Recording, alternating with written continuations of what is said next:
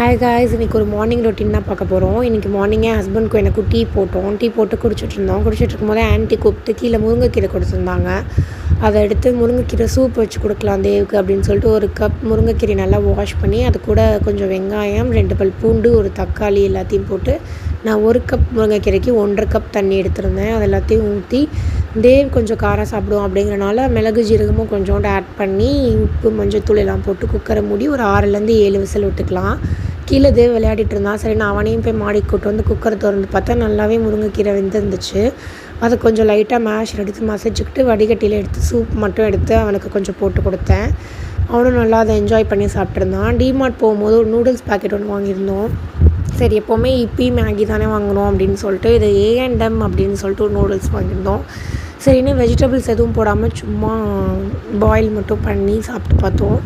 எனக்கு இந்த டேஸ்ட் பிடிச்சிருந்துச்சு. அப்புறம் தேவும் நானும் கொஞ்சம் நேரம் படுத்து விளையாடிட்டு இருந்தோம். விளையாடிட்டு அப்படியே தூங்கிட்டோம். நெக்ஸ்ட் வீடியோவில் பார்க்கலாம். Bye bye.